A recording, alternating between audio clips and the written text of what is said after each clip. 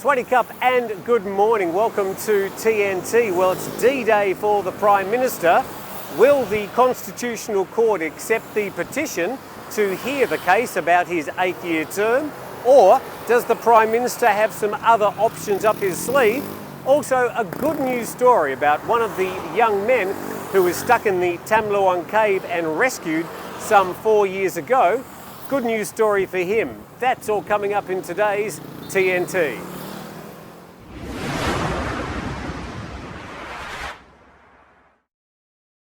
And a warm welcome to Studio 2. Should be here for, well, at least tomorrow morning, then flying back to the southern island of Phuket tomorrow night. And apparently been quite a lot of rain there, certainly Monday and Tuesday, although it sort of dried out yesterday, which is good to hear for the people not only of the island there, but the south of Thailand. So to the main news today, and of course it's all about the Prime Minister and whether the Constitutional Court will accept a petition for, an application that the Prime Minister should be ending his 8-year reign as Prime Minister today or not. Now, apart from the legality of the 8-year term, they actually have to accept the petition in the first place. So that's yet to be seen. Thai PBS World covering this story, showing a survey saying that over 93% do not want Thai PM to remain in office after 8 years. That's a fairly decent chunk of a survey. 93% of respondents say that they object to the Prime Minister remaining in office after 8 years, according to an opinion survey. And it says 374,000 votes, including 4,500 Thais living abroad, were received by the pollsters on August the 20th and 21st. So a lot of people would read that 93% number and think, well, that means that they don't want Prayut as their Prime Minister after 8 years. But again, what is the 8-year term? The 8-year term, as far as today's concerned, is 8 years since he named himself Prime Minister following the May 2014 coup. Now, the Prime Minister says no, he wasn't the Prime Minister at that stage because they'd nullified the earlier constitution. In 2017, a new constitution was drawn up by the NCO and voted on by the Thai people. And then some people say, well, then he became the Prime Minister after that new constitution was promulgated. And then other people say, well, no, it wasn't until he was elected the Prime Minister officially following the 2019 general election, when after a whole lot of, let's call it Constitutional Court shenanigans, he was able to cobble together both a coalition of conservative parties, including Bumjai Thai and the Democrats, and the Palang Pracharath Party, which is the party that he supported. And he wasn't elected as an MP at any stage, but he was nominated as an outside Prime Minister. And that's the way that he became Prime Minister.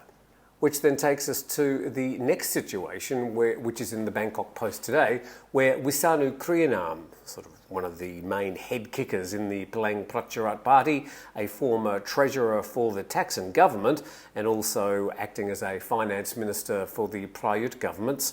He's an interesting character, certainly a heavy hand in the Thai government for a long, long time.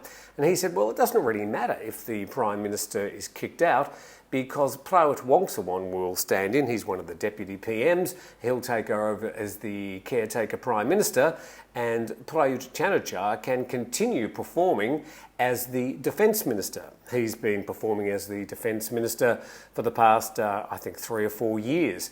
So I was wondering to myself, can he, being not an elected MP, stand in the position of the Defence Minister? Well, the answer is yes. You don't have to be an elected MP to be part of the cabinet, the inner circle of ministers that will basically run the country. So he can, even if he's not the Prime Minister anymore, but as an outside citizen, as long as he's Thai, born in Thailand, over the age of 35, has no criminal convictions, he can remain as the Defence Minister for the rest of the term of the Palang Pracharath coalition. So there you go.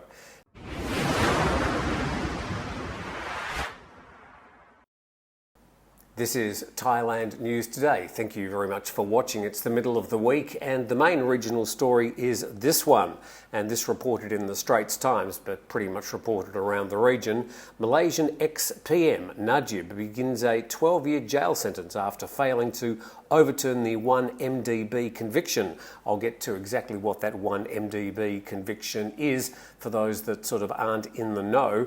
But this story, pretty much we should just read exactly what was said by Ram Anand, the correspondent. Malaysia's former Premier, Najib Razak, failed in his final appeal against a graft conviction. He's been sent to prison to serve 12 years for misappropriating millions of dollars from the 1MDB. Malaysia's highest court upheld Najib's conviction on 7 counts of abuse of power, money laundering and criminal breach of trust involving the SRC International, a company that was a subsidiary of the state fund 1MDB. He was taken to prison yesterday in a police 4-wheel drive escorted by other police vehicles. Obviously a very high-profile person, a former Prime Minister of Malaysia, now sent to jail. More about that story, and the next page we read that the High Court sentence was upheld by a 3-member Court of Appeal in December last year, but the 69-year-old Najib was allowed to post bail and live freely pending his appeal, allowing him to make a political comeback and play an influential role in his party, UMNO. Yes, there's an election in Malaysia probably early next year, around about the same time that we're expecting to have an election here in Thailand. But he has been playing a big role in, basically a sort of a comeback and even a possible return to the Prime Ministership. That clearly now won't be happening. Now this case, the one that he's been convicted for 12 years, is only one of 5 trials. He faces other charges involving funds of 1MDB, as well as allegations of audit tampering. He's pleaded not guilty to all charges. His jail sentence rules him out as a candidate for Malaysia's next general election, which is due by September 2023, but widely expected latest by the first half of next year. Well, good to see that a convicted criminal can't stand in an election in Malaysia, which refers me back to the last story. Now, who is 1MDB? This story's been going on for quite a while, and I won't bore you with the whole long, turgid story because it is a really big saga, and one day I'm sure it will become a big Hollywood film. In fact, Hollywood films have loomed large in the story of 1MDB, and we'll get to that. So basically, it was a Malaysian sovereign wealth fund, and it was systematically embezzled and declared by the United States Department of Justice as the largest kleptocracy case to date back in 2016. Now, money was misappropriated by a mysterious man known as Joe Low, who, as far as I know, is still on the run. And Joe Low was sort of pulling the strings and getting different people involved, particularly around Saudi Arabia and the UAE, the United Arab Emirates. To the next page of a bit of explanation. After the 2018 election, the newly elected Prime Minister Mahathir Mohamad reopened the Malaysian investigation into the scandal, and the Immigration Department barred Najib and 11 others from leaving the country, while the police seized more than 500 handbags and 12,000 pieces of jewellery estimated to be worth at $270 million from property linked to Najib, the largest seizure of goods in Malaysian history. And of course, he was charged pending an appeal, and then yesterday he was jailed. In September 2020, the alleged amount stolen from 1MDB was estimated to be $4.5 billion US. So certainly a very, very large amount of money misappropriated and going through a whole lot of companies. There have been some documentaries, but you really need to take your shoes and socks off and try and keep up with the counting, because there was companies here and shelf companies here, and it's very intricate mess of the way that Joe Low and his cohorts were able to embezzle and hide the money. But now we've seen, I suppose, one of the first victims of this. Well, the biggest victim, of course, was the Malaysian people. But now Najib Razak, the former Prime Minister of Malaysia, behind bars for probably at least 12 years.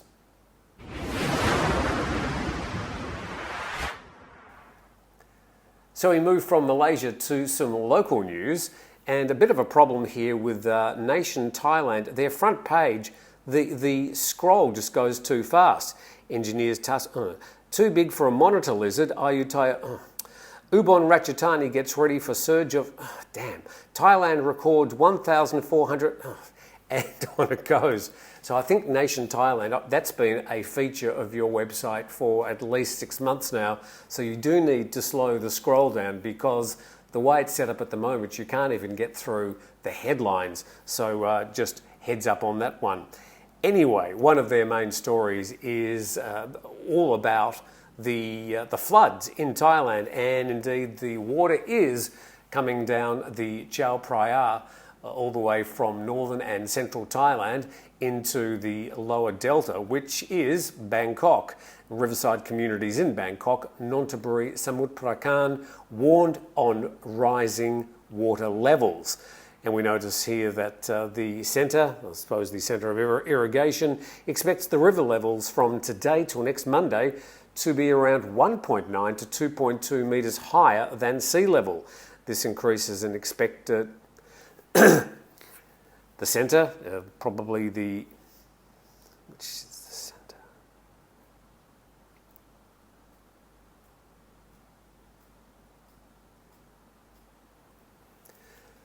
The centre, that's the National Water Command, expects the river's water level from Wednesday to next Monday to be around 1.9 to 2.2 metres higher than sea level. This increase is expected to affect riverside communities in Bangkok, Nonthaburi and Samut Prakan. So the centre, that's the Water Command Centre, expects the river's level from today till next Monday to be around 1.9 to 2.2 metres higher than sea level. This increase is expected to affect riverside communities in Bangkok, Nonthaburi and Samut Prakan.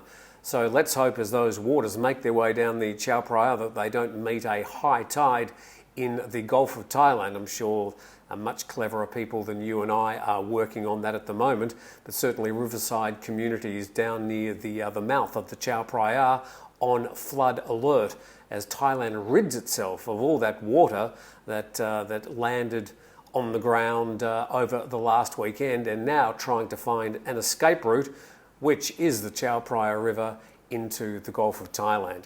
And another nation story today, and Ubon Ratchathani gets ready for a surge of visitors lured by yearly parading shrimp phenomena. What is the parading shrimp phenomenon? Once a year, around September, an army of shrimp will march on the rocky banks of the Kang Lam Duan Creek on their quest to hunt for food and to avoid being crushed by gushing torrents caused by the rain. Well, look at that. The DNP, the Department of National Parks, say the shrimp will start parading after sunset at around 6 p.m. until 10 p.m. depending on the weather conditions.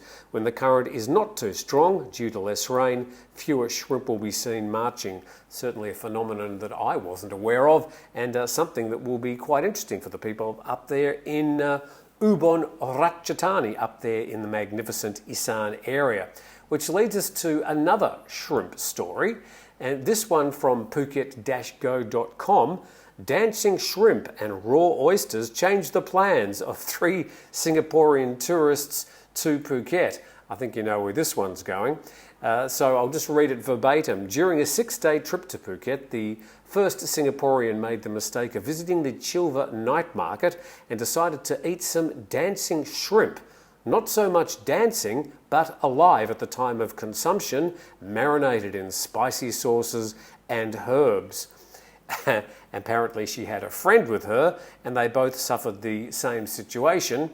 The night after, we started vomiting continuously for 6 hours and had diarrhea non-stop. So then the shrimp had even better revenge. The pair found out soon after that they both tested positive for COVID-19. Not having a good trip, are they?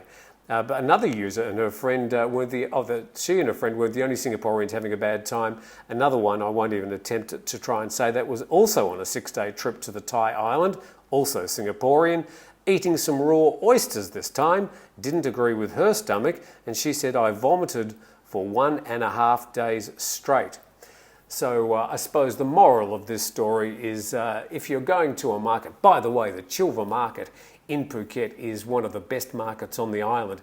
It's a night market. It's usually on, I think it's about like 6 nights a week up till 10 or 11 p.m. But yeah, there has been this phenomenon of the dancing shrimp, a live shrimp in a sort of a cocktail, and people eat it while it's still alive. Sounds revolting to me. Obviously something that may upset some stomachs. And as far as raw oysters are concerned, well, silly you. So street food generally around Thailand, and Thai food generally, as long as it's not too spicy, if you're not used to spicy food, is generally very, very good, and cases of food poisoning are pretty rare. That certainly sounded like a pretty poor 6-day trip for those Singaporeans who took the plunge, and I suppose you could say they bit off more than they could chew. This is the TNT program. Great to have you with us as we have a quick look around the region and Thailand to see what's happening today. And moving to our next story, and Pattaya police crackdown on motorbike racing in and around Pattaya. And Adam turned up from the Pattaya News, and over 30 Middle Eastern alleged motorbike racers were arrested last night following multiple complaints. Apparently some 43 motorbikes were seized, and police cracking down there on Middle Eastern bike races. Apparently become quite popular for rental bikes, some big bikes as well, to be doing these races around parts of Pattaya, and people getting pretty sick of it. Also noting that a lot of the local youth have been doing the same thing for quite a long time. So there is a general crackdown in Pattaya and Jomtien for these bike racing.